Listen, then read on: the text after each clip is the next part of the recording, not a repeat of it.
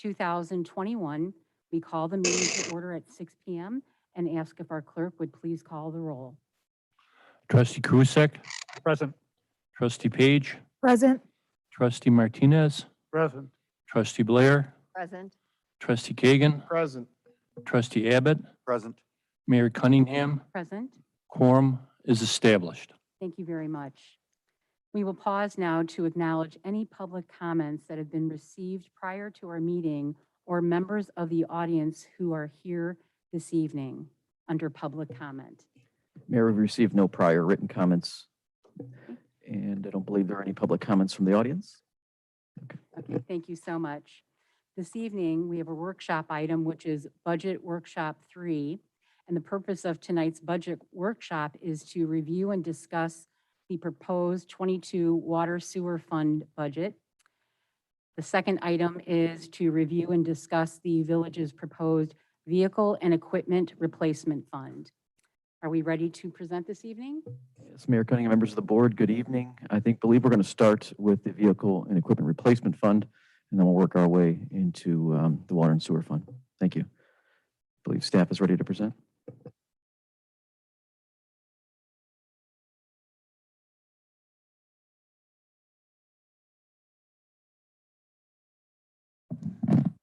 Good evening. Good evening. Tonight we wanted to do just a little bit of an overview of the Vehicle Equipment Replacement Fund.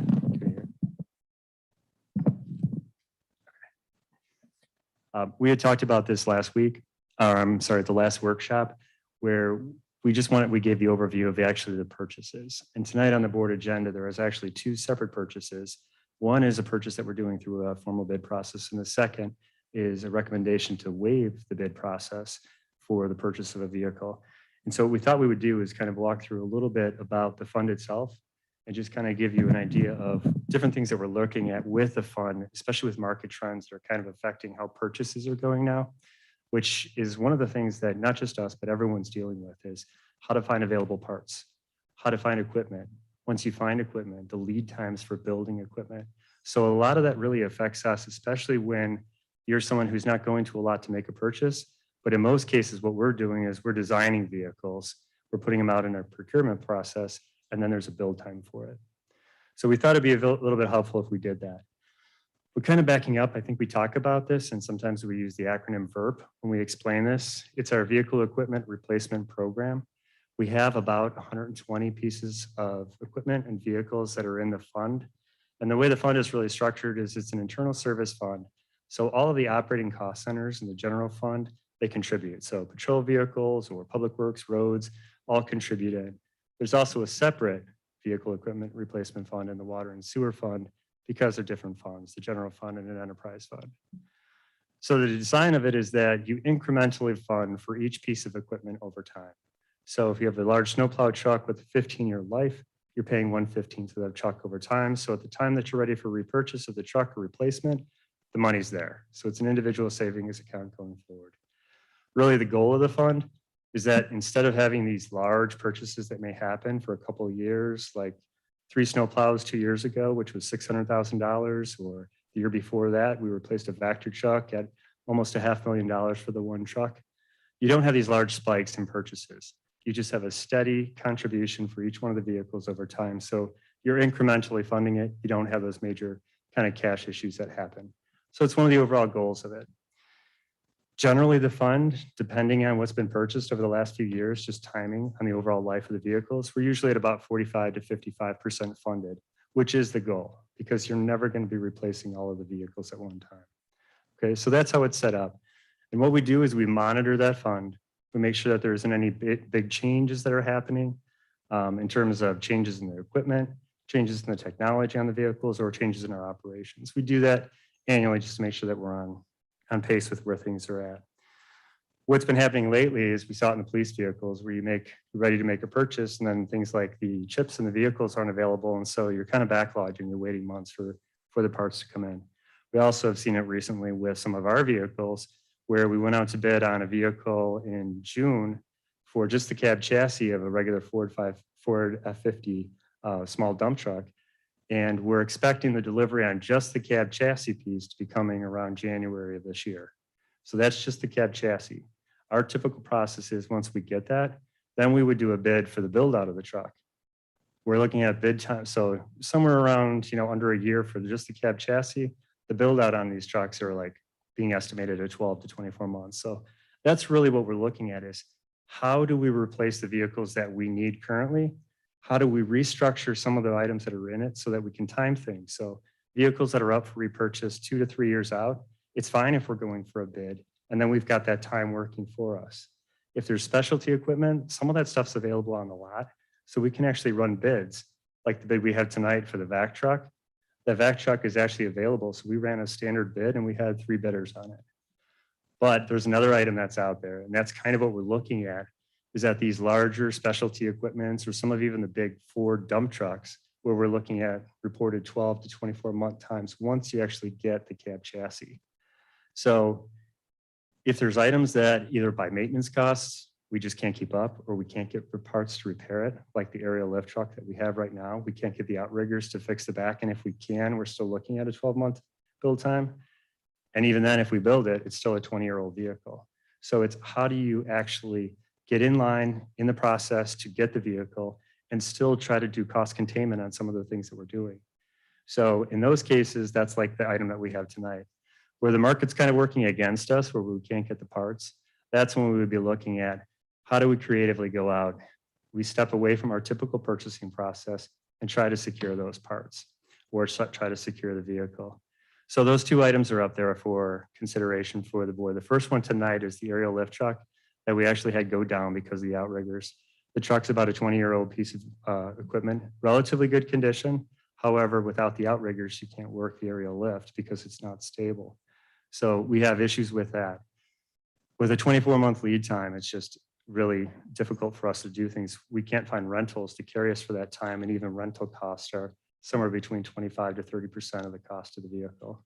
So that's why you see that that's before you tonight. And that's to go out, we look for proposals from different vendors to try to do cost comparisons. So to try to get as close as we could to market competition to show that there is some proposal and that we're in line with our budget scope. And then to actually go ahead and make those purchases and get in line with the truck. Even with that, we're still looking at about a 6-month time for it. So that's really the reason for kind of bringing this forward tonight, is that the program as a whole is typically your standard process where we go through the purchasing. We have a very kind of methodical plan for the number of vehicles that go out, going through the standard process. But right now, the biggest thing that we're seeing is we have to kind of be creative and strategic on how we place our vehicles, moving some forward, moving some back. Some, wherever we can, will be through a standard bid process. The others, like these, we're going to have to go out, and we're basically trying to get in line with some of these dealers to bring these, get the equipment forward. One thing that we did find is even like this last year after the tornadoes that kind of came through here, and that coupled with the issue with not having the availability of some of the equipment, we've heard reports that some of the utility companies have really just gone and bought up some of the vehicles like these aerial lift trucks because they need it. They can't do their job on the lines or with tree cutting. So they're actually have been buying stuff right off the lots. So even that stock is not available to us. So it's really just a point of trying to be creative, but at the same time, always looking to see how can we get the competition or show competition? How can we show that we're still doing things like balancing out between what the overall maintenance costs are and availability of the products. So there is the one item that's on there tonight, which is the purchase replacement of the aerial lift truck. And then that same memo that overviews that agenda item talks about the next piece, which is another piece of equipment that is the streetlight truck that we're looking for just any kind of feedback, comments on that piece of it, because we'll be looking at putting that on the agenda for November 4th for consideration. So we know it's a little bit different than the process we typically would follow, but it's kind of our response and kind of looking strategically at how to really get into and work with the market that we're facing now. Are there any questions on that, or any questions on even the agenda item? If there's anything that was unclear, we know there's a lot of information that was in there on the item. Madam Mayor, when you go out with the process that you're going to do now, obviously it's still going to take a while for you to get the vehicle. Are we locking in the price when we are going out without the bid? Without the bid, yes. So the one that's on the agenda tonight, that's the one that we're purchasing through the Liftel vehicle, or that's the Altech vehicle. We got pricing from Altech and they have a flat proposal for us. So in that case, the price on the vehicle at about $190,000, that's the all-in price for the vehicle. And then what we did is we talked with other builders and other suppliers of that type of specialty equipment to see if they had anything that was available within like, kind of relatively soon build time that still met our needs. So I think one of the things we point out in the memo is that typically we look for international trucks just so that we have kind of consistency in the make and model of the trucks, or mechanics are trained on it. You have interchangeable parts for it. Sometimes we have to go outside of that. This one's a Freightliner truck. Still a very, very good truck, but it's just not as consistent, but it meets our needs. And it's not to say everything that we have is international, but it meets our needs. So we are getting fixed prices on each one of the ones that go out, and we're trying as best we can to see if we can even get competition on the pricing. So the one that we're proposing for the streetlight that you'll see for the November 4th meeting, we have a fixed proposal cost on that as well. And we went back to the same company, Altech, to see if they could give us a price. The problem was they were about 12 months out on the build time, and the price was about $10,000 higher. So the one good thing with that is it was showing us kind of what comparable prices were. But in that case, it's almost like if you were to go to, a dealership, looking for pricing, looking for what's available, and you're trying to compare the prices. But we do have fixed cost, or we do have one price that we would be paying for the vehicle. Thank you. Thank you. Any other questions? Okay, thank you very much. Thank you.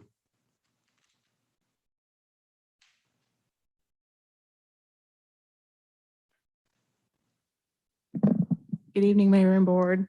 Good evening. Now we're going to turn our focus to the Water and Sewer Fund fiscal year 2022 budget.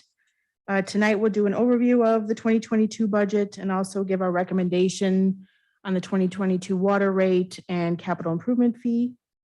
But first, let's look at how the fund is doing year to date. So revenues in the fund for 2021 were budgeted at 10.2 million. We were hoping for a return to pre-pandemic water usage levels. However, water sales are up $550,000 compared to budget due to COVID and the drought-like conditions this summer. Expenses were budgeted at 13.3 million and are projected to end the year at 9.4 million. And that's primarily due to rebudget capital projects. We'll look into these variances a little more in the next two slides. So as I mentioned, water sale revenue is up $550,000. Also that increase in water usage results in an increase in sewer fees, as you see there. And then the fixed water maintenance fee, here we had planned for year one of the water meter replacement to start in 2021, but that was moved to 2022. So that results in that revenue is under budget. And then connection fees, we also expected development activity to slow down in 2021, but that has also not been the case. So looking at the expense side, personnel is almost $100,000 under budget. We had a new fiscal assistant who started at a lower salary. And then we also reduced the number of seasonals in the fund. And then commodities, this is our water purchase. As we mentioned, we had an increase in water usage and our water purchase also increased accordingly. Services, the decline here is due to water operations, communication, and professional services. Those expenses are trending lower compared to budget. And we had several capital projects that were rolled over, resulting in the capital project budget, or the capital projects, to be 3.7 million under budget. That included a water main replacement on 75th Street, water tower painting, and base and B capital that were rebudgeted at 2022. So this graph shows our annual water purchase from DWC since 2011. And as you can see, overall, we were trending, we were showing a decline in water usage over the years up until the pandemic in 2020 and 2021. But for 2022, we're expecting are hoping for a return to pre-pandemic water usage. Well, we're hoping the pandemic is over. It's nice to have some extra money in the fund, but overall, the fund has been trending lower before COVID, which has had a positive impact in the bottom line in the water and sewer fund. That's what this slide shows.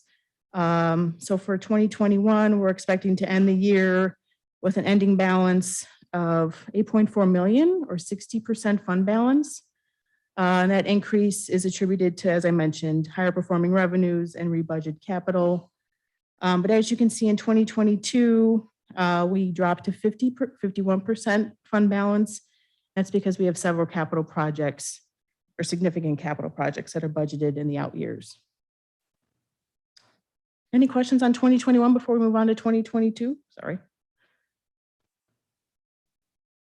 Okay. Looking at 2022, revenues are budgeted at 10.8 million. Over 2/3 of this is in water sales, followed by the fixed water maintenance fee at 19%, the sewer fees at 7%, and the capital improvement fee that was implemented in 2020 at 6%. 2022 expenditures total 14.1 million. 1/3 of that goes towards the water purchase from DWC. And on the left-hand side by department, the Water Operations Cost Center, that includes several capital projects. That includes the water main, water tower painting. That's why that looks like it's over half the budget. And on the right-hand side, you can see the capital, which is 40%, over 40% of the budget, followed by the water purchase and then personnel. Moving on to capital projects. So as we mentioned, the capital improvement fee was implemented in 2020 to start building reserves for capital projects, mainly water main replacements. This year, we're proposing another increase to the capital improvement fee that would allow us to keep on our replacement schedule of 5 water main replacements over the next 10 years. And I apologize in advance. I feel like I'm going to be mixing up water main and water meters throughout this presentation. So this slide is to give an update on the capital improvement fee funding. So if you recall, in 2020, we did a 30-cent, the fee was implemented at 30 cents. And then in 2021, we implemented another increase to the fee, another 30-cent increase, which brought us to 60 cents per 1,000 gallons. And that's where we're at right now. So if you look at the light yellow line, it shows that 30 cents per 1,000 gallons generates about $245,000 a year. So with 60 cents, we're generating about $500,000 annually. And then if you look up at the top line where it says 400-year life, you can see that we're still not quite at a 400-year life with only $500,000 in revenues from the capital improvement fee. So tonight, we're proposing a 20-cent increase to the capital improvement fee. And that's due to the fact that the fund is in a better fiscal position than last year. This would increase the fee to 80 cents and would generate $650,000 in revenues, which would put us closer towards a 350-year replacement schedule. Any questions on that? Madam Mayor, what's the ideal replacement schedule? I'd probably have to defer to Public Works, but I'm assuming ideally a 100-year life. 75 to 100 And in one of the earlier slides, you said we're at 60% of the fund balance. Is that correct? That's correct. 60% fund balance.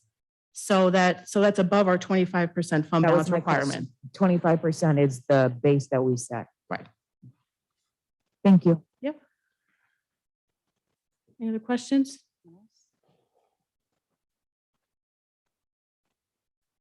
Madam Mayor, Yes, please. Tracy, so if we're at 60% of the fund balance, why do we need to go up? I'm missing the point of why we need to go up 20 cents, an additional 20 cents. Because even though we're at 60% fund balance, it still only equals about $8 million in the fund. And we have, in the next couple of slides I'll talk about, next year we have $6 million budgeted just in capital. So that 8 million, even though it's, so 60% sounds like a lot, but in the water and sewer fund, we're really only talking about $8 million. And when we have so much planned in capital, it's really not enough for future capital improvements.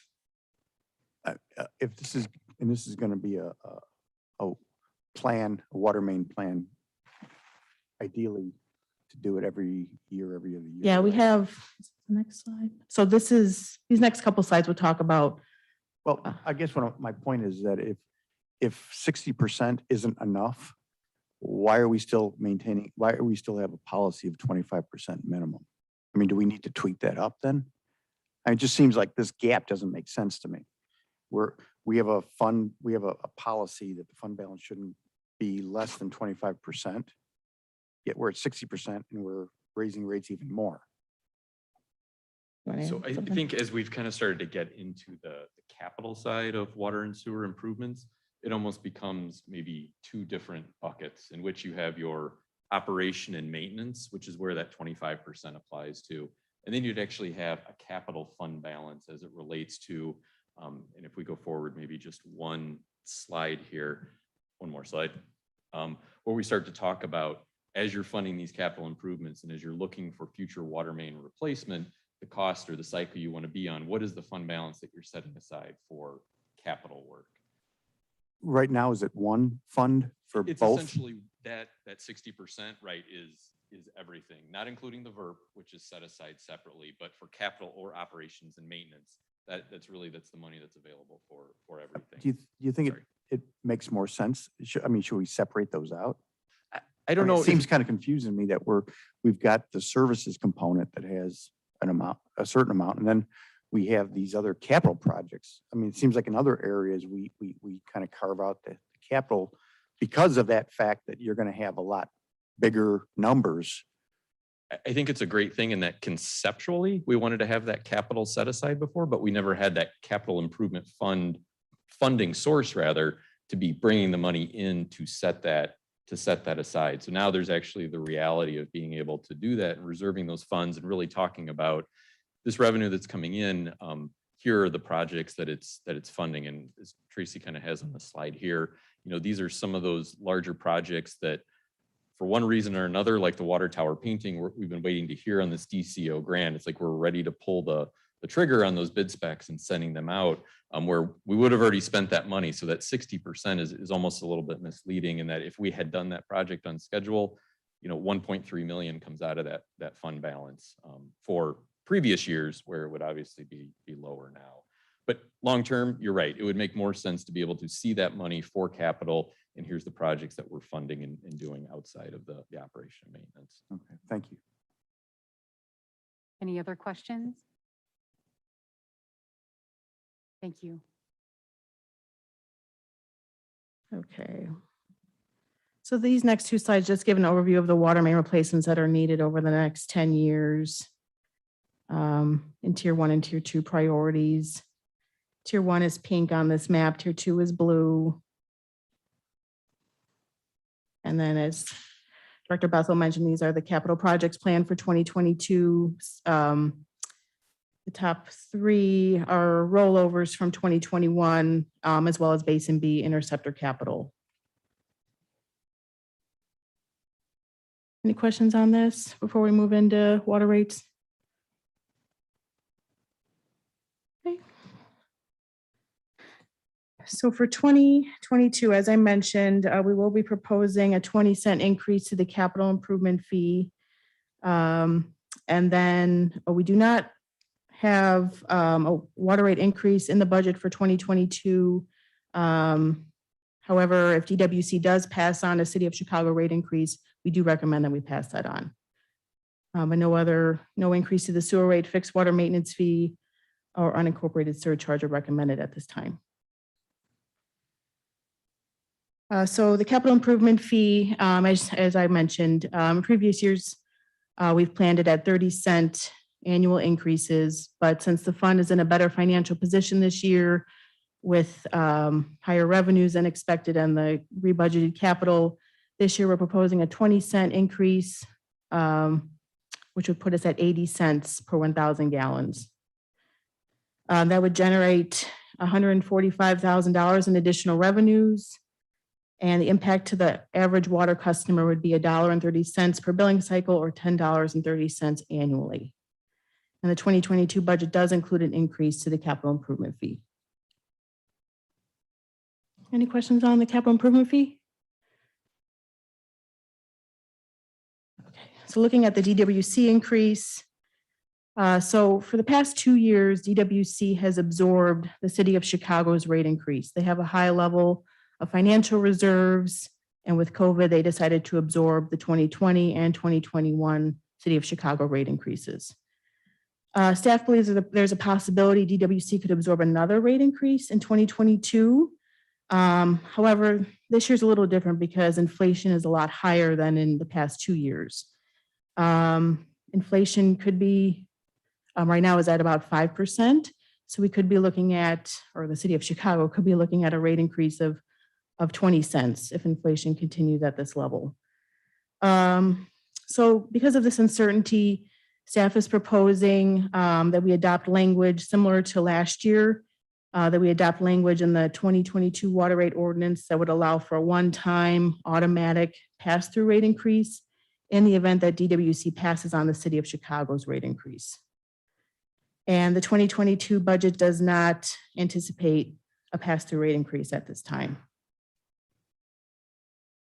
Any questions on this? Madam Mayor, excuse me. Trustee Krusek? If I'm not mistaken, didn't we have the same type of language in the last 1 or 2 years? Yes, that's correct. Last year was the first year we did this one-time automatic pass-through. Okay, and on the water main replacement program that we saw on a couple slides back, did that anticipate at this point in time using any of the ARPA funds towards that?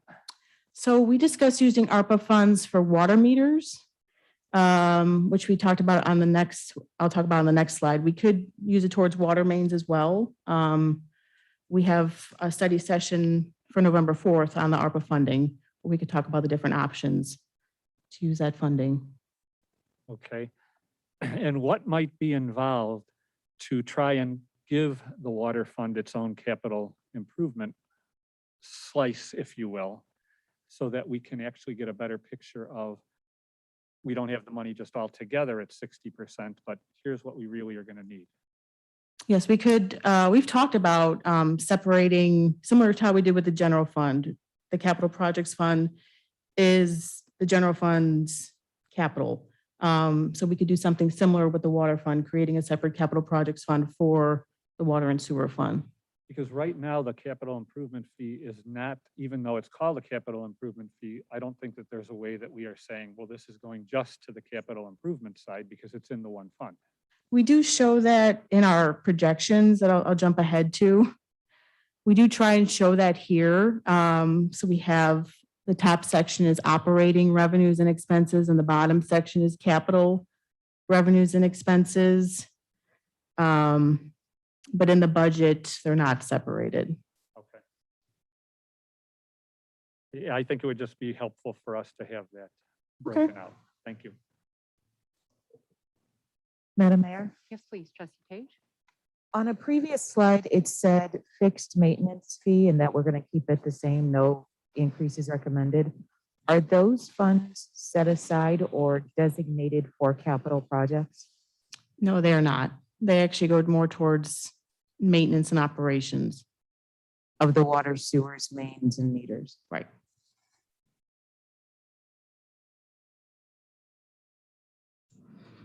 Any other questions? So this next slide, Trustee Krusek, is a recap of what we talked about at one of the 2022 budget workshops, where the village board and staff discussed the idea of using $1 million of the ARPA funding towards the water meter replacement program. The water meter replacement program is $3.2 million, so this would reduce the cost of the program to $2.2 million. And as a result, a loan would not be needed to help finance the program. And we can discuss this in more detail at the November 4th workshop, but we wanted to bring it to your attention because we did include it in our 10-year projections here. So this is the 10-year projection for the water and sewer fund. It includes a couple different funding scenarios. The $1 million of ARPA money that I mentioned. We also have factored in here the 20-cent increase to the capital improvement fee and annual increases to the capital improvement fee. And then we also have, in the event that DWC does pass on the City of Chicago rate increase, we have that factored in here as well. In addition to every other year, planning on passing on DWC rate increases and absorbing them in the years that we don't pass it on, based on our past practice. So this funding scenario accomplishes the following. We're able to cover the cost, the operations cost, excuse me, of the fund through 2030. You can see that the net in line H towards the bottom, we still run a loss with some of our capital. And that's usually in years where there's a water main replacement. But overall, the fund ends the 10-year at 100% fund balance, and we maintain 25% fund balance every year. And then we're also able to finance a portion of the water meter replacement program to provide some relief to the fund. Any questions on this? Okay, and then to show the impact of using $1 million of the ARPA funding to the water and sewer fund rather than the general fund, that's shown here. So in the revenue line item, that's where our ARPA money is reflected. We have 2.3 million of ARPA revenue.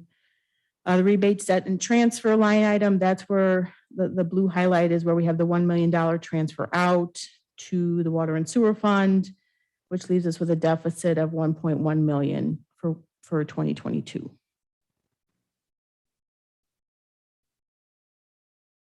Okay. So that leaves us with our recommendations for 2022 water and sewer fund.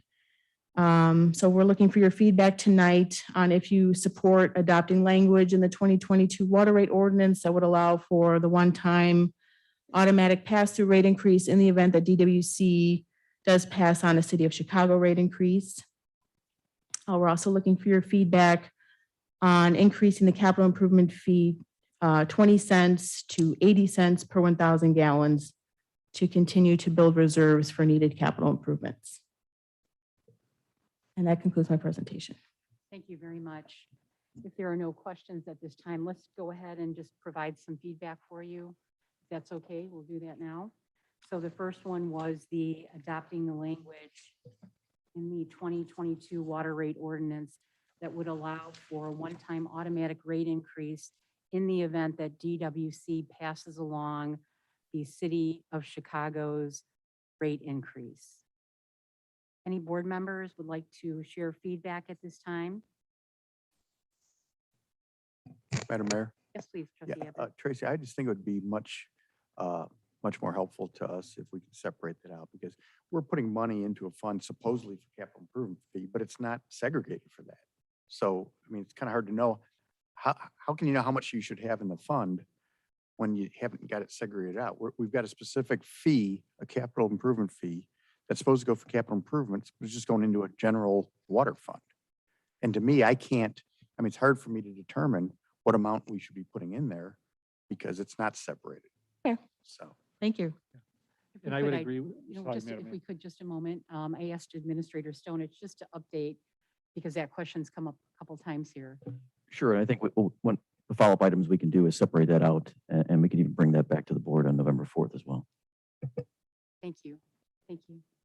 And Trustee Madam Mayor, Krusak? yeah, I would agree with Trustee Abbott, but that's fine. We'll talk about it on November 4th. I'm fine with the language to have the one-time increase if DWC does it. Thank you. Madam Mayor, Yes, please, Trustee Martinez.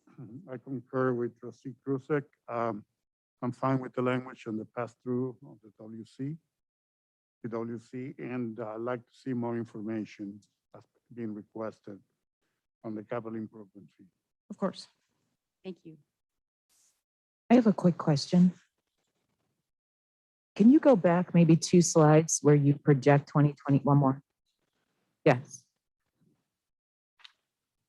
If our policy is a 25% balance, why are we setting the goal of 2031 of 100% balance? Right, it's not really a goal, it's just in the fund, this is where we end the 10 years. So this is, and in discussions with Public Works, there may be even more capital projects that aren't included in here. This just includes 1.5 million every other year for water mains.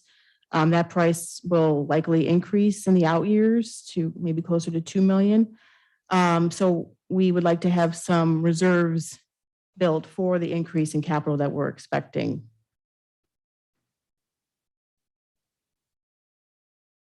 Okay, to the question, I am fine with the pass-through. I am a no to the fixed maintenance, because if our policy is 25%, but we seem to steadily be increasing, then we need to either change the policy or we have to reevaluate. Just sitting on a pile of money that we don't necessarily need. Right, the 25%, as Director Bethel mentioned, with the needed capital improvements, that 25% could only be, in prior years, it was closer to $2 million, which, as you brought up, is a little confusing when we don't separate out the capital and the operating expenses. So it's a little misleading. But in order to be able to finance the capital improvements in the out years, we would need more than a 25% fund balance. But this chart includes capital, right? So we're still in 2026 going to be on 76.47%. Right, which is still, it's above the 25% fund balance, I understand, but it's still only $8 million, which when you have significant capital improvements in a fund like the Water and Sewer Fund, $8 million is really needed for a year like 2022, when we have almost $6 million budgeted in just capital improvements. Thank you. Madam Mayor, Yes, please. to trustee Page's point, another trustee's point, how did you establish the 25% as a minimum requirement? That's kind of a standard. What does that mean in English? I was gonna say it's a best practice in GFOA to have a 25% fund balance to be able to finance a portion of your next year's operating expenses. Okay, so the question was asked, why would, if we believe that we need to have 50% or 75%, why don't we raise the 25% to 50%? And then we wouldn't be having this type of discussion. I'm just making a point. Right, I understand. Because otherwise it's a little bit confusing. And the other point I want to make, what I got to Mike, is the 1 million ARPA money that we're putting into this whole, you indicated what the benefits are. What are the drawbacks if we put that $1 million in? So the drawbacks would be that, we could use the money towards other capital projects or in the general fund. And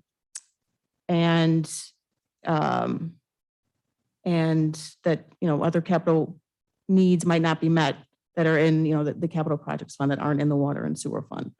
So going back to my original point, if we're adding $1 million to the fund, right? If we take the $1 million out, then our balance goes down, the percentage. Right. Right.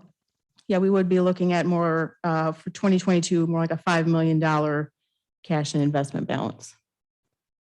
I guess across the board for the village, not just the water piece of it. What is the best, what's the most benefit we can get from $1 million in our funds? Is it the water system? Is it somewhere else in the general fund? That's my question. Because when you see that 75% balance and ongoing versus a 25% requirement, and I'm spending $1 million here where I could be using it somewhere else, that's the part that's confusing. Right. And we will discuss other uses for ARPA at the November 4th workshop. We just included it here to show, because we discussed it at the budget workshop. It's not in the budget, not planned. Madam- Director Madam Mayor? Williams. To the questions that were posed, I'm fine with the language for the pass-through if DuPage Water Commission increases the rate.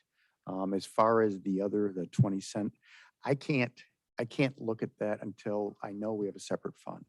I mean, I think that's what most of these questions and most of the issues that are arising all flow from the point that we had a 25% balance for something that was primarily a service fund, whereby what we had to pay out on a given year was pretty regular.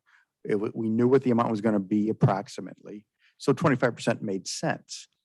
But to now try to throw capital with much larger numbers that can overwhelm the expenses on the services side, it's impossible to know.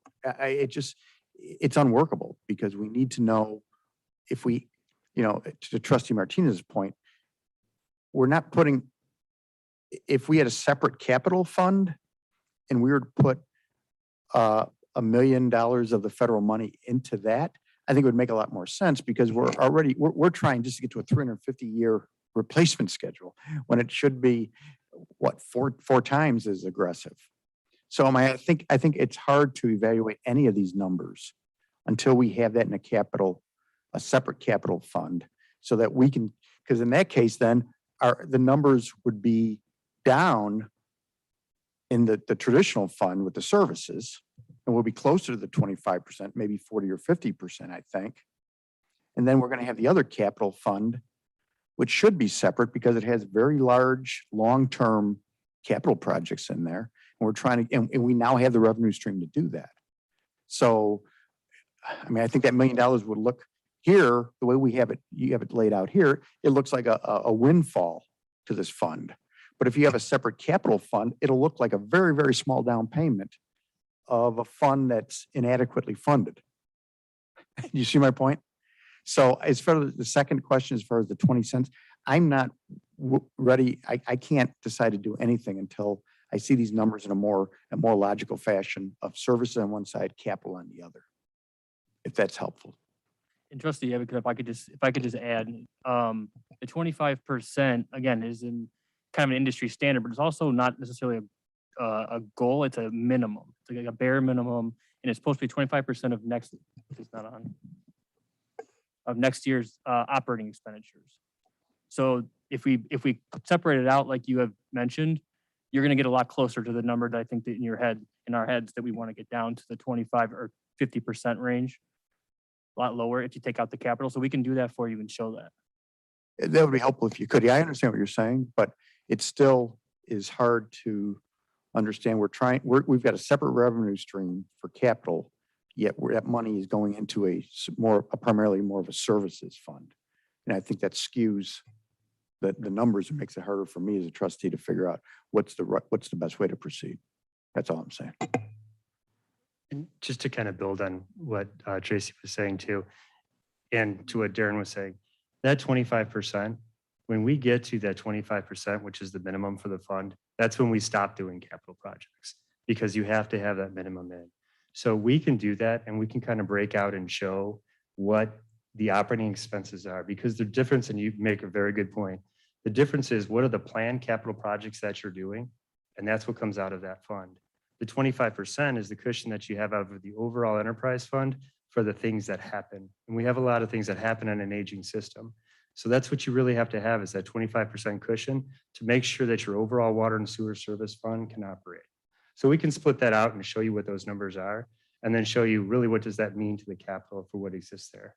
Because that's really what we did. And probably the history will also be a little bit helpful, because if you go back about 10 years, that was when we had these compounding rate increases that were happening with DuPage Water Commission, where what we had happen is we moved from about where we were over the 25% without doing a lot of capital to all these increases coming in with the rates. And suddenly we were pretty much the opposite, where we pushed off buying capital equipment, we pushed off capital projects just in order to start building back up that fund.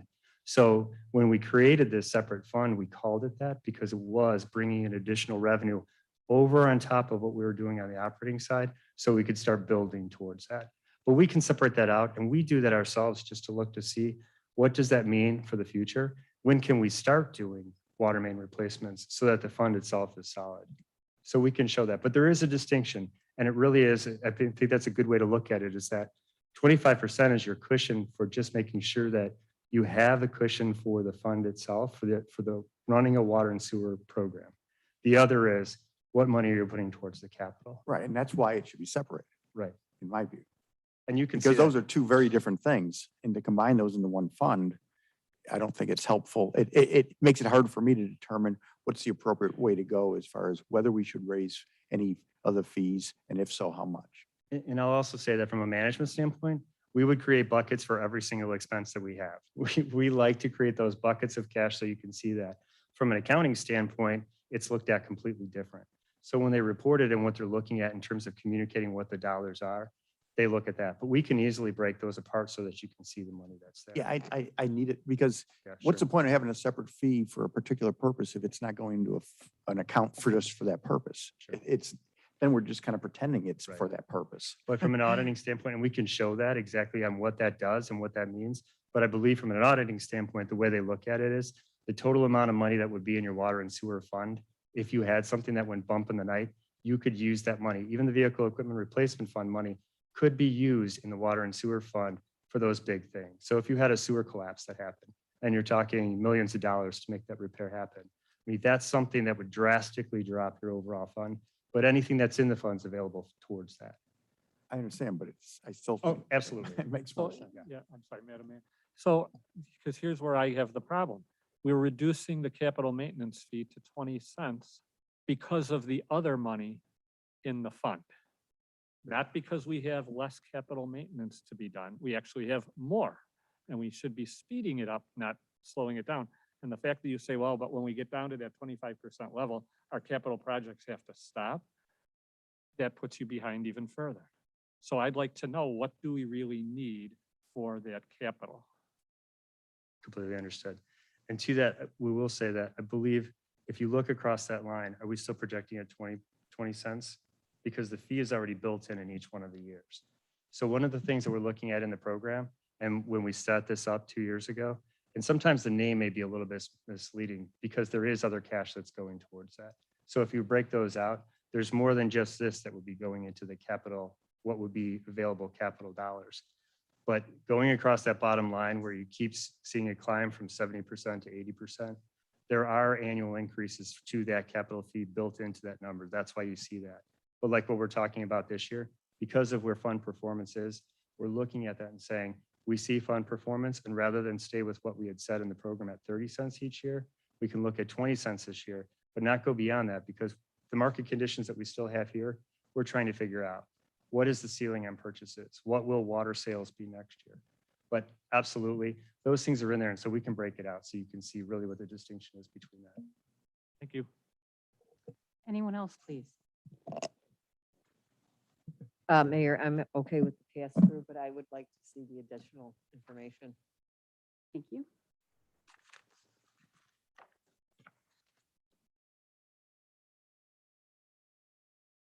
Madam Mayor, I don't know if we, for November 4th, if we just want to present the two separate funds and then ask for feedback again, just so it's a little bit more clear. Yes, I think Administrator Stonich will. Yes, that's what we'll do. We'll come Okay. back with a separated fund and then we'll show the distinctive picture. And so hopefully have a clear understanding of the fund balance. And I think the board will be in a better position or feel more comfortable making a decision one way or the other. Thank you. Thank you very much. Thank you Tracy. very Thank- much. Thank everyone, Darren, Jeff, and Director Bethel as well. All right, that concludes the budget workshop. There's nothing. Okay, so if there's nothing further or no further business to discuss, I'd like to ask please for a motion to adjourn the budget workshop of the Village of Board. So move, trustee Krusek. Thank you, Trustee Krusek, and a second, please. Second, trustee Martinez. Thank you, Trustee Martinez. All those in favor, please say aye. Aye. Anyone opposed? Motion carries. The meeting is adjourned. It is 6:49 PM.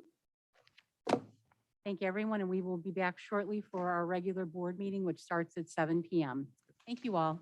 It was very confusing.